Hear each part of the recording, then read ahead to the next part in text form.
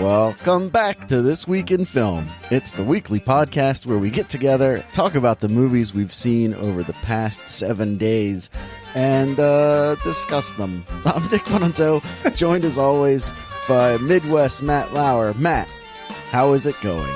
It is going all right. How are you today, Nick? I'm doing pretty good. I got woken up by a guy ringing my doorbell to talk to me about Jesus, so that's how my day started. And it's always a nice way to wake up. It's kind of a weird day for it. It's like Friday morning. Like, who's home besides me? Jesus. So he's always at home in our hearts. So I've seen a couple of movies this week. I saw the movie Arctic from 2018. Never heard of it. I saw Apollo 11, which is from 2019. It's a documentary about the Apollo 11 moon mission. Mm-hmm. And I had 74 minutes to kill, so I watched that movie Primer again. Oh, man. Yeah. So I'll touch briefly on that. And then last week we forgot to do our movie rankings list, so we've got some homework to do. Right, you are. Yeah. Matt, what did you see this week? This week, damn it, I have to go back to the top. I saw a movie called Extremely Wicked, Shockingly Evil, and Vile. A movie, the Ted Bundy movie? Correct, a movie about Ted Bundy starring Zac Efron. Okay. And Lily Collins. And I want to say that it had the Haley Joel Osment in it. Oh, yep. It does. Okay. Yep. Is that all you saw this week? That is all I saw. Yeah, I thought I might get to see something called Hell Comes to Frogtown, but the availability is limited. More on that later. Yeah, well, maybe it'll show up sometime soon. That is a listener request from one of our favorite people in the world, Scott K. Hall. Oh, from out okay. east. And by Scott, out east, I mean Germany. Scott was on the show the one time when we discussed Life Force and the Christmas tree. Yeah. Wow, a listener request all the way from Germany. That's how you say that. Yep, that's how they say it with their tongue there. It's proper. So are we do we want to place last week's movies before we get into this week's stuff, or do we want to wait till the end and place it when we place the other stuff? Let's just do it all at the end. Gotcha. We'll have one giant passing. Sure. Yeah. So I guess I'll start. I watched the movie, Apollo 11, which is a documentary from this year directed by Todd Douglas Miller. And it's a lot of footage of the Apollo 11 space mission that was the first manned mission to land on the moon. The one with Neil Armstrong and Buzz Aldrin. Michael Collins was up there too. And I know basically everything about, well, not everything. I know all of the main plot points of the Apollo 11 space mission. And this movie was thrilling. It was so exciting. It was a lot of fun to watch, and like everything that's at stake for these guys to land on the moon is crazy. Especially like knowing like at one point when they're going to land on the moon, like the lunar module is approaching the moon's surface. They only have so much fuel to land. And as they're getting ready to land, Buzz Aldrin, who's the pilot, realizes that they're in a bad spot and he needs to burn more fuel to go land in a better area. And there's a countdown clock on the screen that shows how much fuel that they have to make this landing before they have to abort and go back up. And I think they finish with about 7 seconds of fuel left before they would have to abort the landing. And it's just so exciting. Like it's crazy how exciting it is to watch. And then the other thing about it is there's a lot of footage of people who are gathered around the Florida launch, like the Cape Kennedy or Cape Canaveral launch site, where people gathered to watch the rocket launch. And there's a lot of footage of people just like hanging out, and everyone looks like a cliche from the 60s. Like they look like they're just like cutouts from like a magazine where they're like, oh, and this is what people in the 60s looked like. And you're like, oh, this is how people actually looked and dressed, like with the sharp angled sunglasses and the dresses that they wore, like the high collar dresses and all that stuff. And it feels like you're watching like, oh man, this is totally cliched, but you're like, oh, this is how people actually dressed. And it made me think of Apollo 13, the movie Apollo 13. And the way that they dress in that, everyone looks like a cliche. And I'm like, oh, well, that's just how they really looked, which is, could be why they go with that aesthetic in the right. But it's just so weird to see like people in their natural environment dressed like that, because you're like, there's no way people actually like went out of the house looking like this. And not that they look bad or anything, but it's just like, why would you go out? Everyone looks like this. And I thought that was a neat little time capsule moment. But yeah, this was a great documentary. It doesn't have a narrative really. There's no narrator or anything like that. Really? Yeah, it basically starts with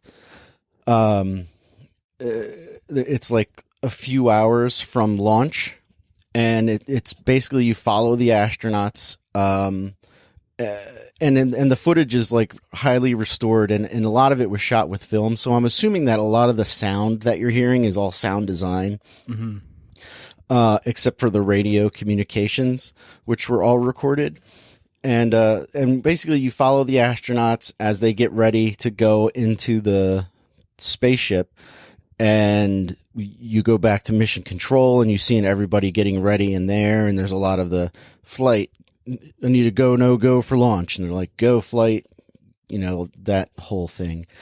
And they build up the anticipation for this rocket launch, and then finally it happens, and it's like 20 minutes into the movie that the rocket launch happens, and then you follow the journey to the moon along with what's going on the ground. And they've got this footage that I've never seen before of the astronauts in the spaceship just kind of like hanging out. I mean, it was like I think the whole journey like to the moon and back was like 8 days. They say it in the movie. It was like 8 or 9 days. Mm-hmm. And it's actually a lot shorter than I realized that sort of thing would be. Oh, really? Yeah. I thought it was much longer. I thought it took them about 5 days to get to the moon. Huh. And I thought it was only 3 days to get to the moon. So my math is confused somewhere. Shows you how much I know. I thought it'd be like weeks. Well, what's interesting is it takes them, let's say, 5 days to get to the moon during the Apollo missions. The New Horizons space probe that went to Pluto last year, it took its 18-year journey to get to Pluto. Do you remember that? No. Oh, it was when we got all those great pictures of Pluto last year. And that took, I think, 2 hours to get past the moon, which is how fast that space probe was going. Holy cow. Yeah.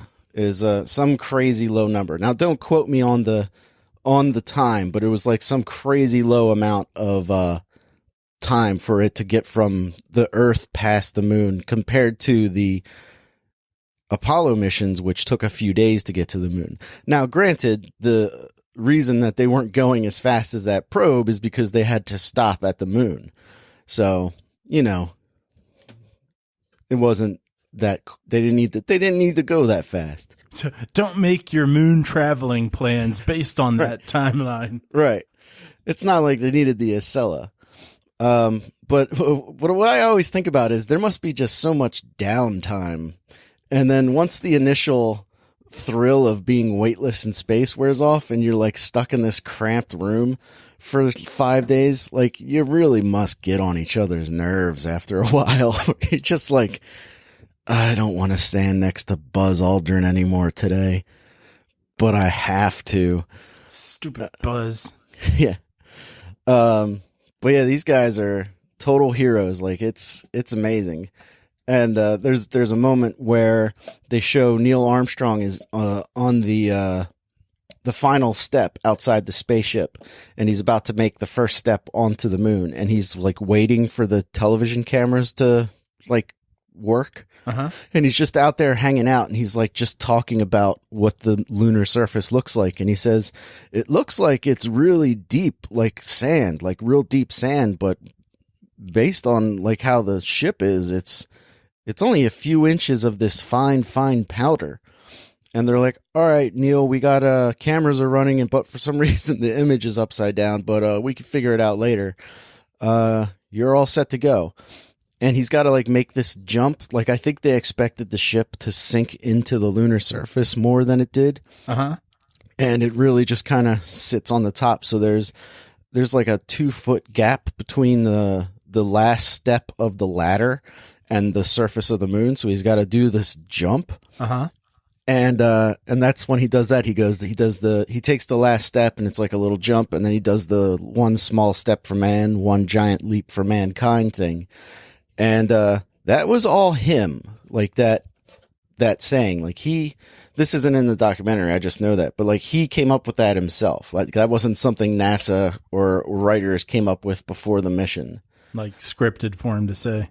Yeah, which is amazing. Like what a saying. Like how do you come up with something like that?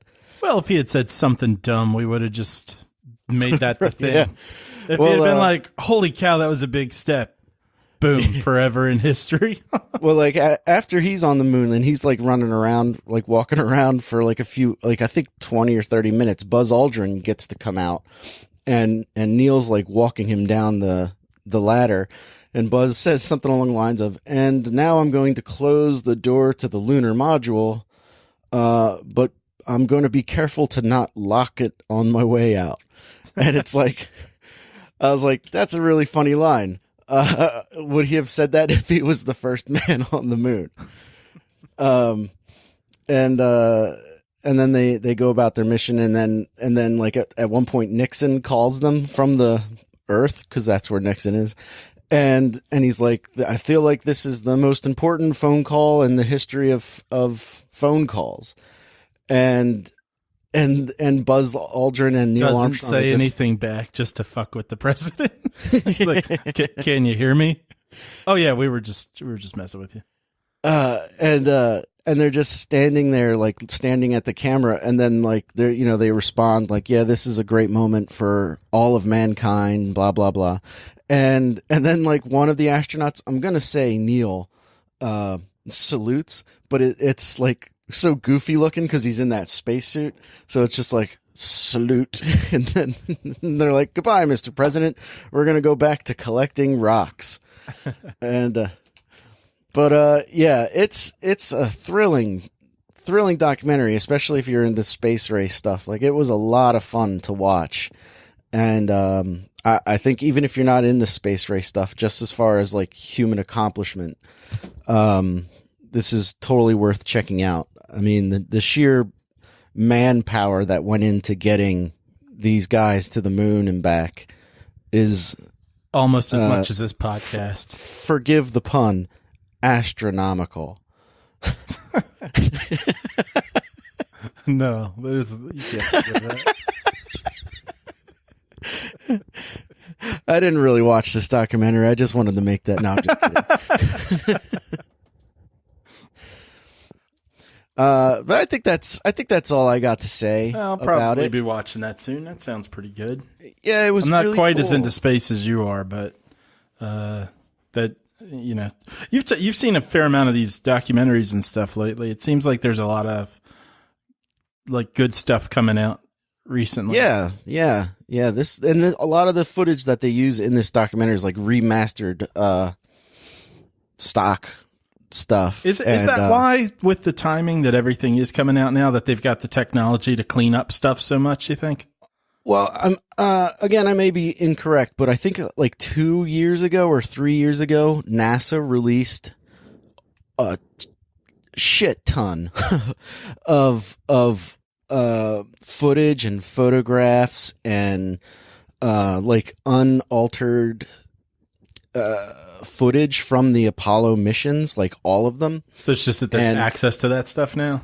Yeah, basically. And then like a lot of the photographs were like unprocessed kind of stuff. And then the people who made this film worked with other like photo and film restoration companies in order to like bring the quality up. Mm-hmm. And now I could be totally off base with this, but I do remember there was like a huge dump of all this Apollo footage, and I believe that's what they put together for this documentary. So you're saying this documentary is a huge dump? It's a huge dump. Got it. Dump cakes. Listeners, if you haven't seen any YouTube videos about dump cakes, check them out. Yeah, that's you can't forget it once you've seen it. And much like I got nothing. All right. So you watched something incredibly loud and extremely close. What the fuck did you watch, Matt? Actually, that's what I've been asking myself. Even the next day after Karina and I watched it, I sent her a message. I was like, we watched a movie last night, right? What the hell was it? I can't remember. And it wasn't that I couldn't remember the title. It's that I couldn't remember what we watched. Although I think even once I did remember, I was like, oh yeah, that's right. Ted Bundy movie. So I did not remember the title. The title, Extremely Wicked, Shockingly Evil and Vile, actually references something that a judge involved in some of the court stuff played in this movie by the one and only John Malkovich. That's something that he says to describe what Ted Bundy's done. And so this is a Netflix documentary. Oh, it's a documentary. No, sorry. No, I don't even know why I said that. No, it's not. Stop. Oh. Don't go and watch it yet. It's not a documentary. Dodged a bullet there. No, it's not at all a documentary. I don't know why I said that. Zac Efron is playing Ted Bundy, not narrating a documentary, just to be clear. And when I saw the clips that I had seen for it, which were really short, like I didn't actually see any previews. But when I saw them, I thought this was going to be the sort of movie that follows him throughout his career of murder, more or less. Now, before you get too far, is Ted Bundy the one who would dress as a clown? No, you're thinking of John Gacy. Okay. Is Ted Bundy the one who was handsome? Am I getting that right? John Gacy? I think it's so. John Wayne Gacy. John Wayne Gacy. I think it's William H. Macy. Yeah, that's the guy that dressed as a clown. Ted Bundy, was the handsome guy who, at least in some instances, would wear a cast and pretend that he needed help getting things into his van and then kidnap women once they were like in the van pulling in the couch or whatever they were helping with. Like Buffalo Bill from Silence of the Lambs? Sure. Maybe that's where I don't know, maybe that the way they used that was kind of a homage, might not be the right phrase, but sort of reference to that. That's crazy. I almost watched Silence of the Lambs last night. Maybe it wasn't that he got them to pull things into the van and then trapped them there. I feel like that's true, but I think there are cases in which he got people talking to him and then like knocked them out. Okay. So I don't know. Maybe I'm even doing a little mixing of, Silence of the Lambs with my Ted Bundy stories. But one of the reasons.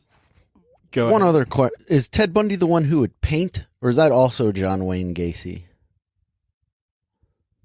I have no idea whether or one of not them was a painter, like, and they're like their art is worth a lot of money these days because people are sick. Yeah, I don't know. I don't know if that was him or not. There's nothing in this movie that would reference that, and okay, what you're talking about sounds vaguely familiar, but I don't know who to place that with.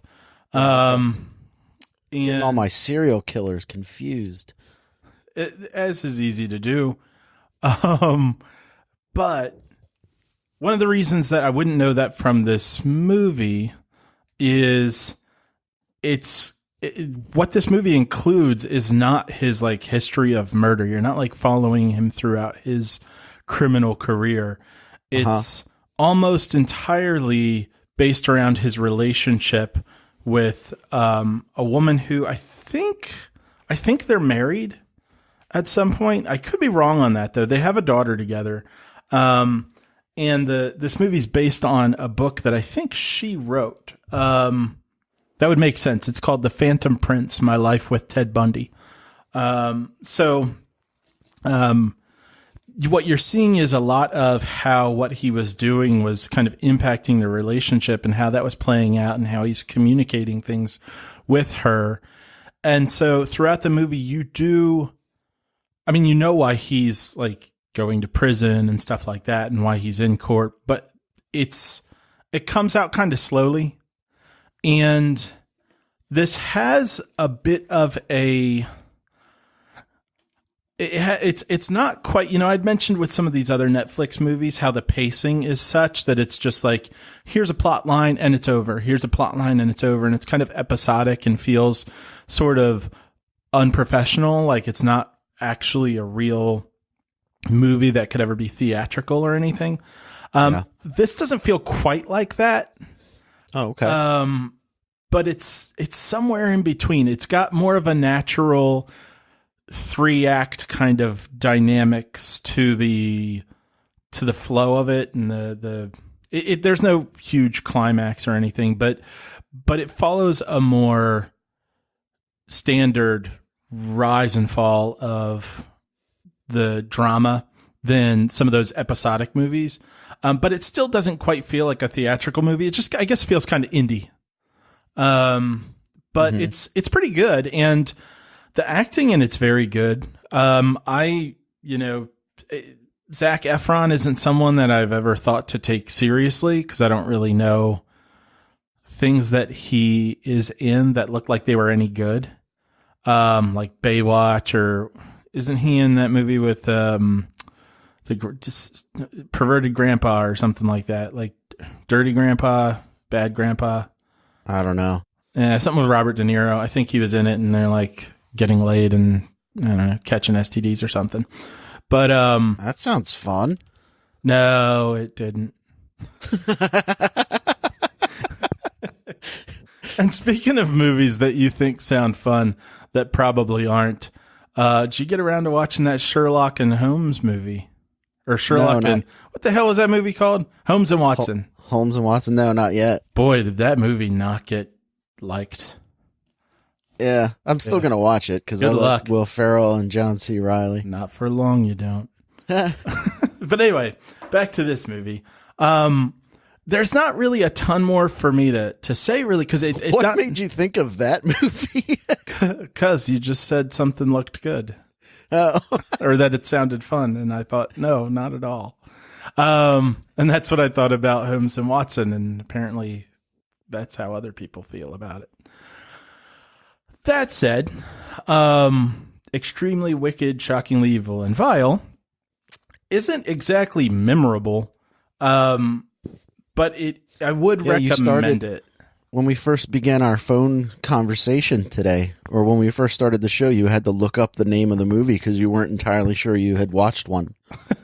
Yes, it doesn't stick very deeply, but it is a pretty well put together movie.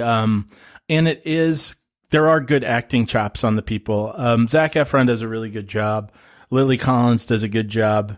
And when he showed up, it took me a while. I was like, what? This guy that reminds me of Al Borland, who is this? And I was like, I feel like I should know him. And then at some point it clicked and I was like, oh, I think that's Haley Joel Osment. And I know he's been in things. Like I've heard people reference shows that he's in and actually like saying he's got some pretty good comedic chops and stuff. But I haven't seen him in anything. So once I placed him, I was like, oh, wow, he's really good in it too, in a pretty quiet sort of way. He's got a role that's, kind of a very like, it's a relevant character, but it's sort of a tag along to the main plot of this relationship with him and his girlfriend, meaning Ted Bundy and his girlfriend.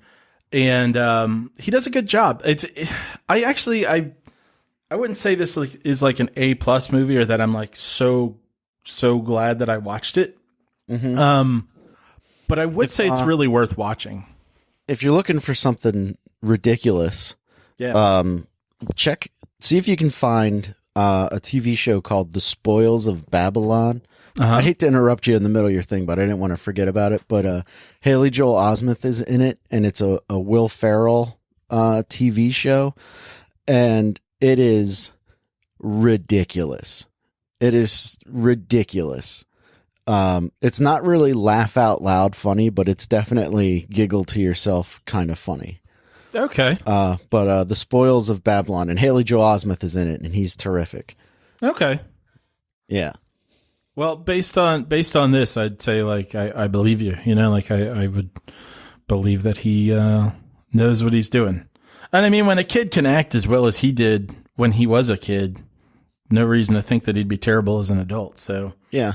There isn't. I mean, you weren't actually interrupting me in the middle of anything because I think I was near the end there. There's not a lot more for me to say. There's not a lot of drama to it. If you did watch, I know a lot of people watch the Netflix documentary that's like the Ted Bundy tapes or something along those lines that came out, I think, in the last year, which might be like a 10-episode miniseries. Oh, Conversation with a Killer? Oh, well, there you go. Came up on the IMDb for this movie. Okay. Yeah, I think a lot of people watch that. And if you're looking to see sort of these things played out in a more, you're seeing it acted out kind of way, I happen to have seen like one episode of that show. And as I was watching this movie, I was like, oh, this lines up completely with everything on that show. And there were some clips of Ted Bundy in the show that were like, him talking in front of cameras. And as it played out in the movie, I was like, wow, this, they did a pretty good job there of like making it look like it actually was. So, if serial killers are your thing, and you want to watch a movie, it's not bad. Yeah, all right. I'm looking at the cast list for this movie, and the one name that stood out is James Hetfield from Metallica is in it. I'm sorry, what? James Hetfield from Metallica is in it. He plays a cop, it looks like, Officer Bob Hayward. Huh. Yeah. Yeah, okay. Yeah, that's true. I remember there being a cop in this movie. That's right. And all right, IMDb, you get to live another day. Yeah, your facts check out. Yeah. That's pretty odd casting, I would say. I don't think I've ever seen James Hetfield in a movie, let alone a drama about a serial killer. Well, and he's not exactly featured in it in a way where you go like, wow, I could see, like how if Lady Gaga's in something, you're going to go, oh yeah, I see why they put her in this. There wasn't any moment watching the movie where I was like, wow, this police officer has a very specific feel to him. So I guess, James Hetfield was just like, hey, I want to act. Cool. Yeah. I'm officer number 2. Anthony Kiedis can do it and flee. So can I. Never saw that. From Red Hot Chili Peppers, Anthony Kiedis and Flea. They were in a bunch of movies in the 90s. Oh, I thought you said Anthony Kiedis in Flea. Oh, I'm sure that's happened too. Yeah, I remember they're very close. Yeah. being in Back to the Future 2. Yeah. And even as a kid being like, is that Is that Flea? What the hell is Flea doing here? I didn't know that Anthony Kiedis was in stuff. Oh, yeah, he's been in a ton of stuff. Really? Yeah, he's in Point Break, and that's the only thing that comes to mind. Oh. But he's like in Point Break, he's like one of the surfer dudes that gets into a fight with Keanu Reeves, and then Swayze shows up and saves the day. Well, he also was in or on a flight with my sister, and he had his kid with, I guess, the kid's nanny or something back in coach while he and his wife were up in first class. And then he came back to coach to, I guess, to get the kid or something. And my sister was having trouble getting her bag out of the overhead, and he helped her get her bag down. Oh, well, that's nice. Yeah. Yeah. I had no idea where that story was going to go. I was like, oh, man, does this story end with Anthony Kiedis as a dick, or is Anthony Kiedis a hero? Dick to his kid, nice to strangers. And I was like, you know what? I don't know which way it's going to go. And then it turned out that he was a hero, and I was happy about it. What an emotional roller coaster. Well, get ready, strap in for this story. Okay. Hold on. All right, I'm strapped in okay. now, yeah. So last December, not this past December, but the one before it, I went to California for a conference, and on my way back, getting onto the flight, I was behind this one guy and his wife, and they're two obnoxious ass kids. Now, granted, these children were pretty normal children, but children can be obnoxious. And these kids were just true. Yeah. And these kids were just going to town, like just running around and making noise and stuff. And this guy just was like, yeah, hey, quiet down. And those kids had no respect for him at all, or just weren't listening. Who knows? Whatever. I won't overinterpret the mind of a child. But as they were plotting the murder of their father, I at some point my friend Lauren was with me, and we got on the plane, and she was like, she just made some reference as if I had already realized this, but the guy was Carlton from Fresh Prince. No way. Yep. Way. Oh. Now I don't know how to feel. This feels like the opposite, because I feel like if Carlton told me to knock something off, I'd be like, you got it. You got it, Carlton. Yeah, well, you're not picturing him saying it as if he's been emasculated, though. Oh, yeah. Well, maybe he had a long day. Well, I can say this much. As long as the lady that was with him was his wife, I think his name's Alfonso. Thank you. I was trying to pull it out, but I couldn't. Noisy kids, pretty wife. So, balances out, I guess. I don't know. Win some, lose some. Yeah. Okay. Well, that was Celebrity Story Corner. Oh, I have one. Go for it. At work the other day, athlete Bo Jackson was there. Hey, Bo knows. He does. Nick. Well, I mean, everything I've ever been led to believe tells me that Bo indeed does know. And that's the end of that. Wait, what was he demonstrating his knowledge of? Hamburgers. Oh, Bo knows hamburgers. Hamburgers, yeah. I didn't get to interact with him, but I stood less than 5 feet from him, which was exciting for me. And cool. So that was celebrity. What do we call this one? Sightings? Celebrity sightings corner. I think we should just call it celebrity sightings. It's got more of an unsolved mystery sound to it. We can talk about this offline. Do we spell sightings with a C? No. The alliteration.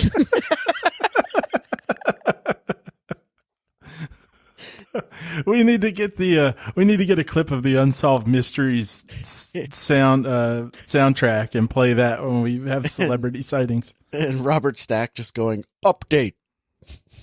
Okay. Yeah. Listeners, if you have any celebrity sightings, feel free to let us know about them. Someday I'll tell you a story about meeting Jerry O'Connell, but I'll wait till we have theme music.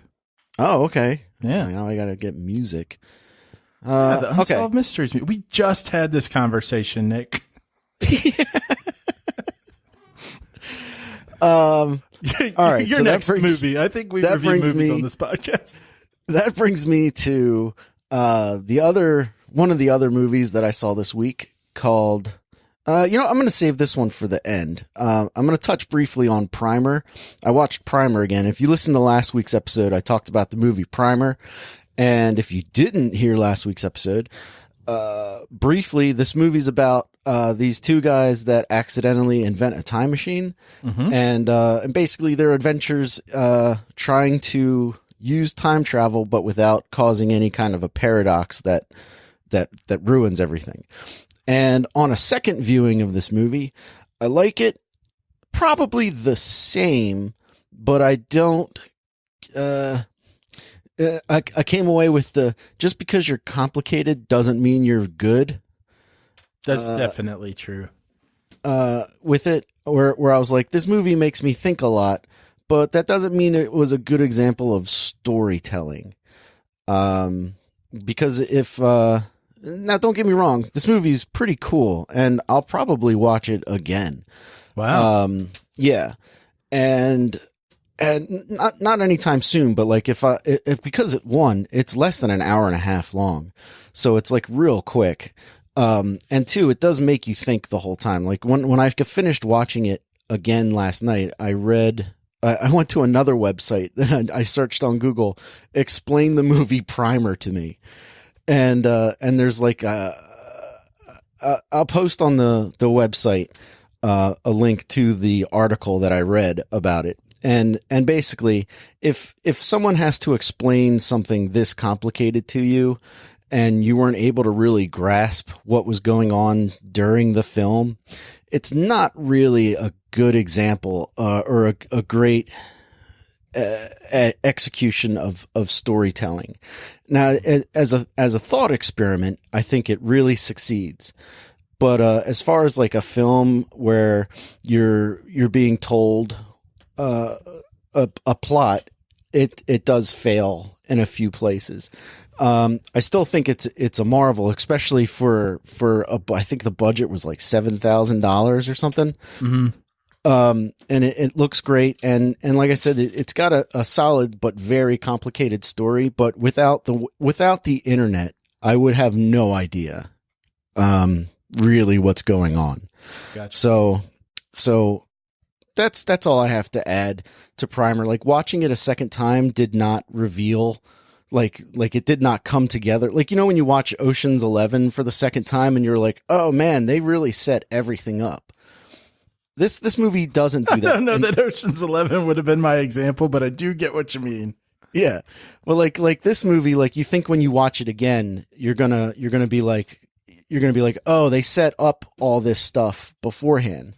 And there are a few examples of that, but for the most part, they don't. Like the first 20 minutes of this movie, you can really just throw away. There's like these two other characters that mean nothing to the whole plot of the movie. But without them, the movie would be less than an hour long. And that's not really feature length. So I can understand why it's in there. But it does make you, you end up like caring about these characters that mean nothing and don't come back into play at all. So that's all I got to say about Primer. I also wanted to watch it again so that when we did rank it this week, I could have a more honest placement of it on my list. Because I think if I didn't watch it a second time, I would have it much higher on the list than where it's actually going to go. But so you didn't stay even tuned. place it on your list last time. I know, but like last up. week, yeah, we done forgot. And then you did not have a second movie, right? No. All right. I've been watching Game of Thrones. This season's not that great. There's my review of that. Yeah, it's pretty disappointing, but it's all right. It's all right. I mean, there's no way they could. Whatever. This podcast isn't called This Week in Television. I don't want to spoil Game of Thrones for anyone who hasn't watched it, but they take all of their major female characters, they're very powerful female characters, and just have them cry a lot. I don't know. stay tuned for This Week in Game and Thrones. Yeah, we'll do a review after the show's done. Yeah. Yeah. All right. So I watched from 2018 a movie called Arctic. It was directed by Joe Pena, and it stars Mads Mikkelsen. I'm not entirely sure how to say his name. That's right, Mads Mikkelsen. Okay. And technically a woman named Maria Thelma Ritter is in this movie. And this movie is basically, did you ever see All Is Lost? Yeah. So it's All Is Lost, but instead of being stuck in the middle of the ocean, he's stuck in the middle of the Arctic. And he's stuck there, like he was in a plane crash or something, and it's great. It's really good. Okay, cool. Yeah, I like this movie a lot. Now, I did take some notes while I was watching it, and I'm going to go through those. First off, the movie starts with the Universal Studios logo and the fanfare with the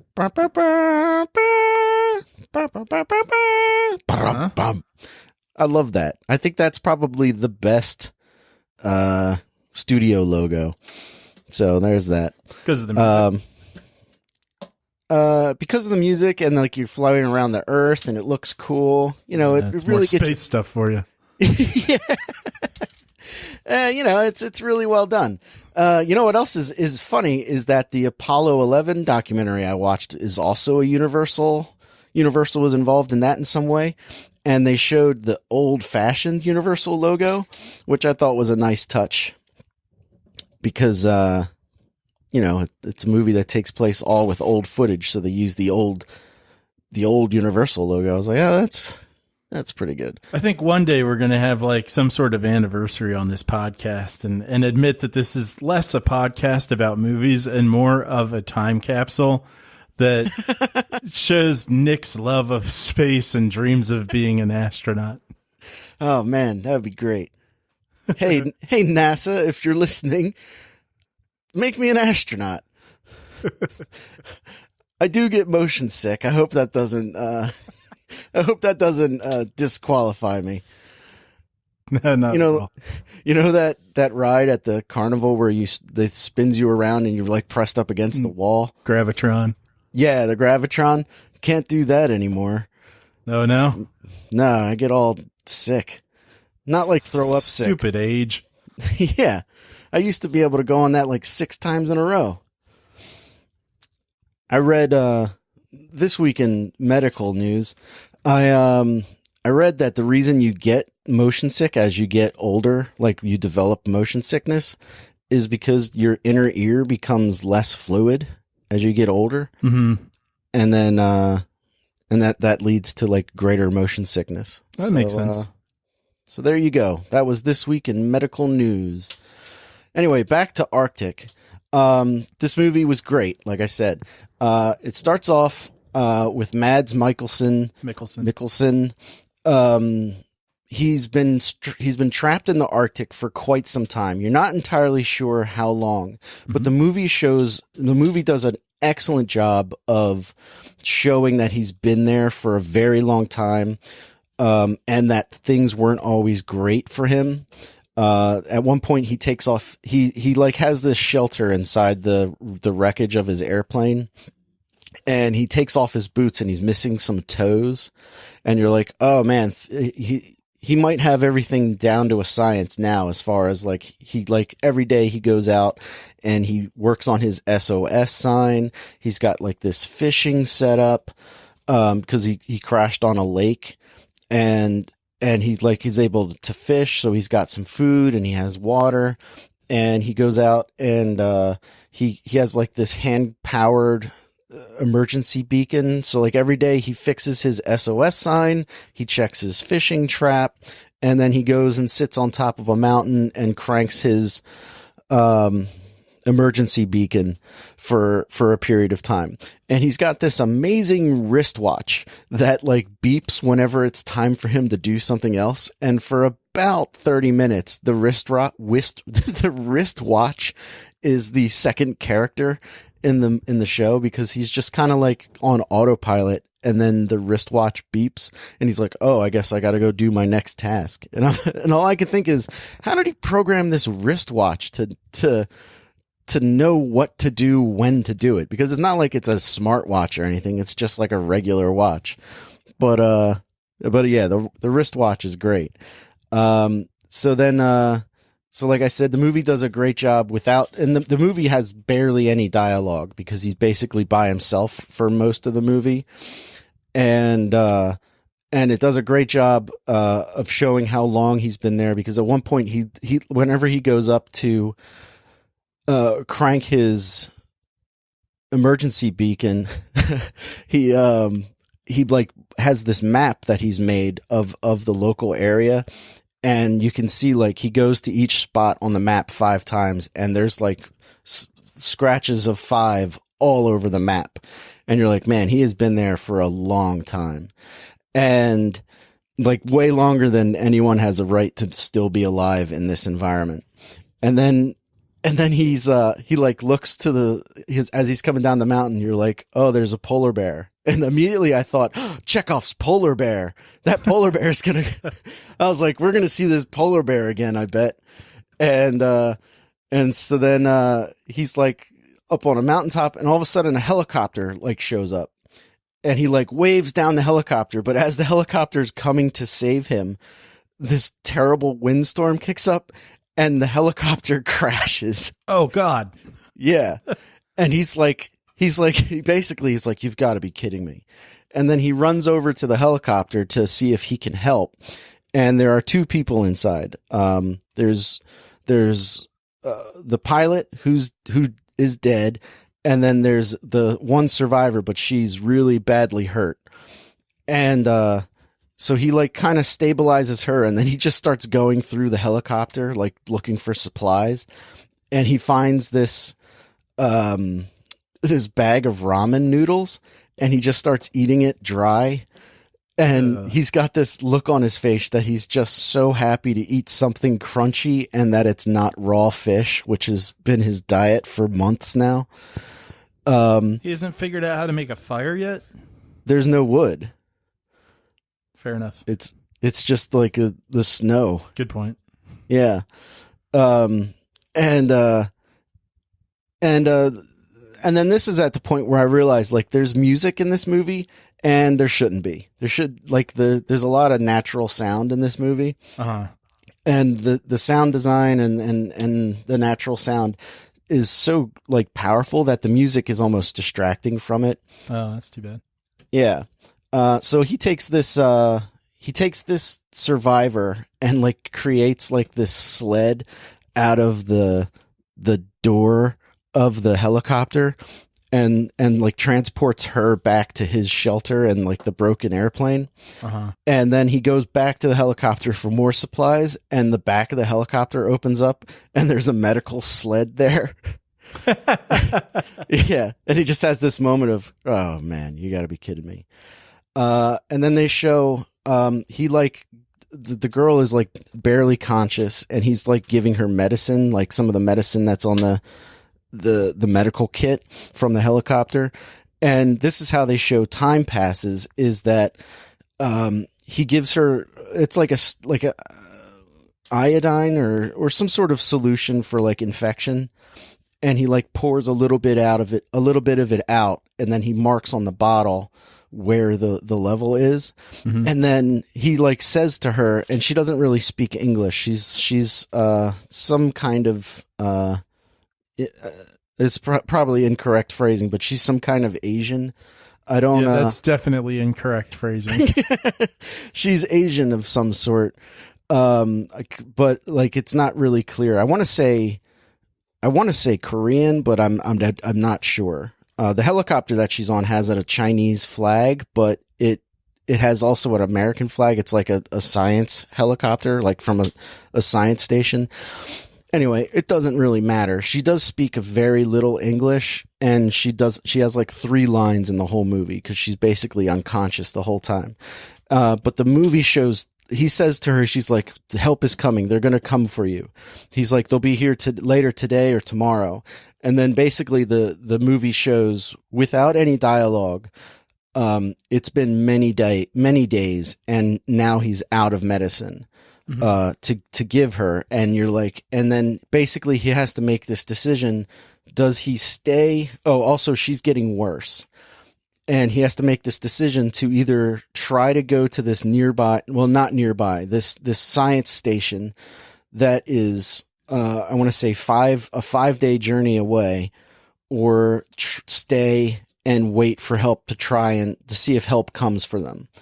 And then that's where the movie really takes off, is when he has to make this decision. And it's great. It was really good. It's like just over an hour and a half long. And if you like the movie like All Is Lost or Castaway, where it's basically no dialogue but a guy just trying to survive in a intense environment, it's really good. The other thing that I really liked about the character is that he's really upbeat about everything. Like every time something terrible happens, he goes up to the girl, and even though she's not conscious, he's like, "It's fine, it's okay. We'll just go a different way.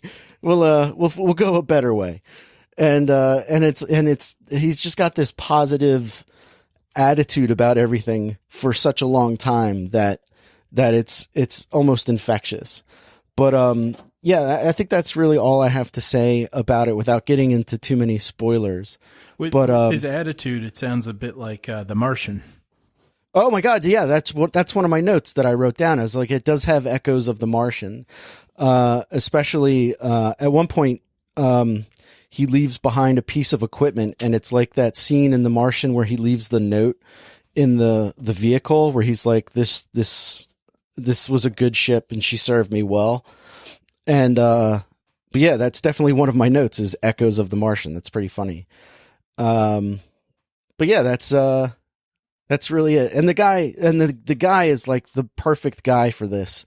I mean, is the character, like, because anyone else would have died a long time ago. Like, he's able to build an igloo in the side of a mountain during the middle of a snowstorm. And this movie made me really wish I knew how to tie knots, like Boy Scout knots or whatever. Like, cause yeah. I can tie like a shoelace knot, and that's really it. And this movie made me really wish that I was more, adept at something like that, because he ties these knots and you're like, oh, that's a really useful thing to know how to do. But yeah, it's definitely worth checking out. It's one of my favorite movies that I've seen in a long time. How would you say, in terms of, if you were just to compare how much you enjoyed it, what would you say in terms of like that versus All Is Lost? I'd say they're pretty on par with each other, except that in All Is Lost, Robert Redford is way out of his depth. Uh-huh. Like he's very inexperienced as far as ship going. Like, he knows how to do some things, but not others. And for the most part, you're like, you've got no business being out there. And then with Arctic, you're like, this is the perfect man to be out in the middle of the Arctic. Okay. So, if I had to pick one over the other, I'm not sure. I think I'm still too close to this movie. Uh-huh. And the end of this movie and the end of All Is Lost kind of echo each other. So I don't want to ruin that. Okay. But if I had to pick one over the other, I'd probably have to go with Arctic, just because it was probably really difficult to make as far as a filmmaking. Like, you could tell making this movie, it was just miserable to make. Because they're filming in the cold. Did you ever see The Revenant? Yes. Like, when you're watching that, like, you're like, man, it looks miserable there. Right. And then this movie is kind of the same way. Whereas All Is Lost, I feel like he's in kind of a temperate area, even though everything is going terrible for that guy. At least he's not like freezing to death. Yeah. And like there's a moment in Arctic where he has a chance to signal for help, and he goes to get a flare, but he can't turn on the flare because his fingers are frozen. And yeah, and you're like, come on, you can do it, come on. And it's one of those real triumph of the human spirit kind of movies where you're just kind of like, if this guy can do it, anyone can do anything. And it's great, and it's quick too. Let me look at the runtime for it. I think it's like just over an hour and a half, an hour and 38 minutes, and it is very good. So it's a definite recommend from Nick. I might check that one out because I did enjoy All Is Lost. Yeah, I did too. And I haven't really known Mads Mikkelsen for very long. I probably the first time I ever saw him and knew who he was or like, you know, even heard his name was Rogue One. But I feel like he's a good actor. He's useless. Yeah, but I feel like he's a good actor, and I'd be interested in seeing, you know, him in place of Robert Redford, so to speak. He's really good in Casino Royale. He's the bad guy in Casino Royale. Oh yeah, that's right. I like him in that. He's also Hannibal on the TV show Hannibal. He was Hannibal Lecter, but I never watched that show. Yeah, me neither. But I heard good things. Like I heard it's a good show, but I had no interest. All right, Matt, that brings us to our movie rankings list. Now we've got some homework to do, so let's do last week's movie first. Now your first assignment is, what did you watch last week? What the heck did I watch last week? Hang on, I know I put it in my list then. Hold on, I can pull it up on I got the picture for it from the website. Let's see. You watched Triple Frontier. Oh, yeah. I am putting Triple Frontier between Blazing Saddles and Pet Sematary. Into the new number 35 spot. Let's see. Triple Frontier. And that was, what was that, week 115? That now, sounds right, yeah. Now, how many stars would you give Triple Frontier? 2. 2 stars. Yeah. Would you recommend it? Mildly. It's got to be a yes or a no. Then no. No. All right, and then this week you watched something. Jesus, what Harry was it? Potter, Harry Potter and the Sinister Man. Extremely Wicked, Shockingly Evil, and Vile. And I would put that in between Fire, The Greatest Party That Never Happened, and Vice. Okay, into the new number 26 spot. And what's it called? Extremely Wicked. Extremely I'm just going to put that. Shockingly Evil, that's and all Vile. I need. And then this is week 116 of the show, right? Yes. And man, that does not seem right. Because I'm looking at this list and going, yeah, it was better than... Vice really screwed up my list. That movie was placed wrong. Because this movie was better than that, but this movie was not better than Shazam, which is like 5 places lower. How many stars would you give Extremely? I'm going to go with 3. 3 stars. Yeah, okay. And then would you recommend it? Yeah, I would. Oh, okay. All right. And then that brings us to my list. And last week I watched Primer, which I'm going to put that below Captain Marvel, but above Creep, in the new number 22 spot. And I'm going to give this movie 3 stars. 3 stars, yeah. And I would recommend it. And then I watched Teen Titans: The Judas Contract, which, going back to last week, I looked into it afterwards. Apparently, The Judas Contract was like a huge Teen Titans storyline from the 80s. So it was based on something. So there you go. And I'm going to say that this was better than Batman Ninja in the new... It's going right underneath Justice League versus the Fatal Five and between Batman Ninja in the new number 41 spot. And I'm going to give this 2.5 stars. And I'd say check it out. It wasn't terrible. Did you see the trailer for the next DC animated movie, Batman Hush? No, I saw a picture of it online with like the title of an article, but I didn't actually open it or read the article. It looks like all these other ones that I've... Sounds about right. Yeah. And then this week I watched Arctic, which I'm going to put in the new number 11 spot between Predator and Free Solo. Arctic. That's a weird word. Week 116. And I'm going to give this movie 4 stars.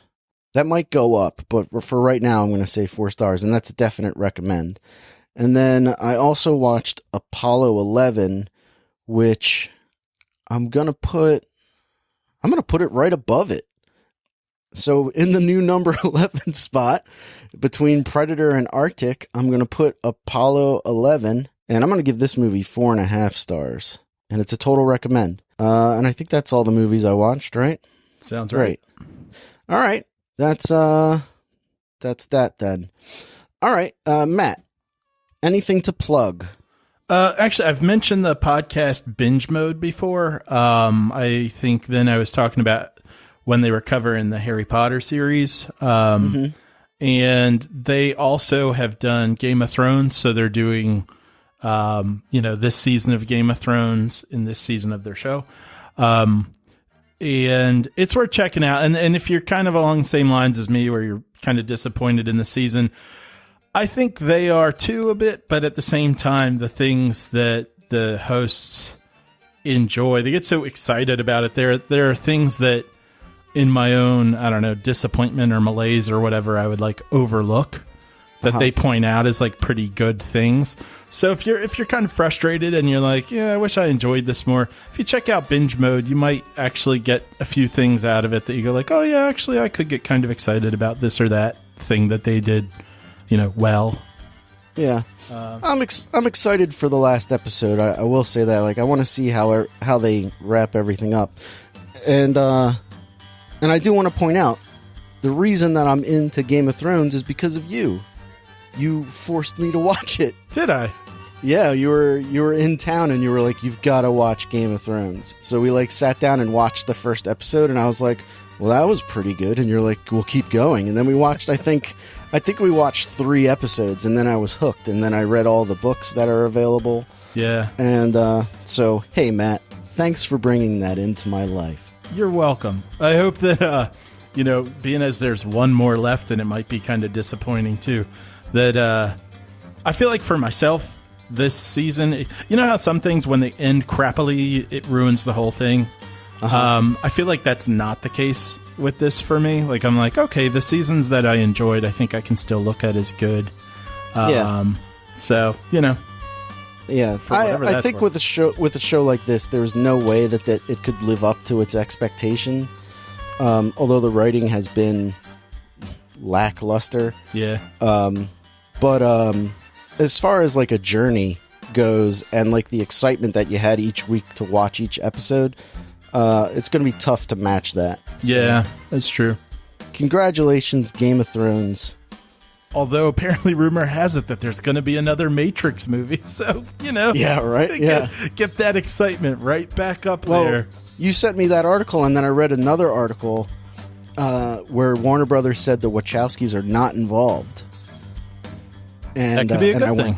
And I went, oh, that sounds like a great idea. So, that it wasn't a denial that a new Matrix thing is in the works. Nice. Well, yeah. Without them involved, don't get me wrong, I'm not going to assume it would be good, but at least there's a possibility for something different and not just like poor, like crappy philosophy stuff. I mean, I'm into philosophy, but like the Matrix sequels are not good philosophy. No. No, they're not. No, it's just people going like, look, I went to a philosophy class. Yeah. If a movie has to like literally handhold you while discussing its philosophy, that's just a textbook. And then not even do a good job of it. Right. Yeah. That scene where Neo's in the basement of Zion or whatever, and he's talking to that man about machines, it still makes me mad, like thinking about it. Well, I think just the Merovingian's annoying, and whoever the white guy is that's in the room with all the TVs. The architect? Oh, God. I'm like, this poor actor doesn't even want to listen to himself. And, like, what they really should have had Neo say in response to, like, this big, huge monologue is like, what? I'm sorry, I wasn't listening. He's just with, shut up. All right. Check out thisweekinfilm.com if you want to know anything about the show. We are available on Spotify now, so that's kind of exciting. So check us out on Spotify if you're into that. It's the same show, but perhaps that's where you get your media. Otherwise, if that's the end of the reel, we will see you next week in film. Bye now.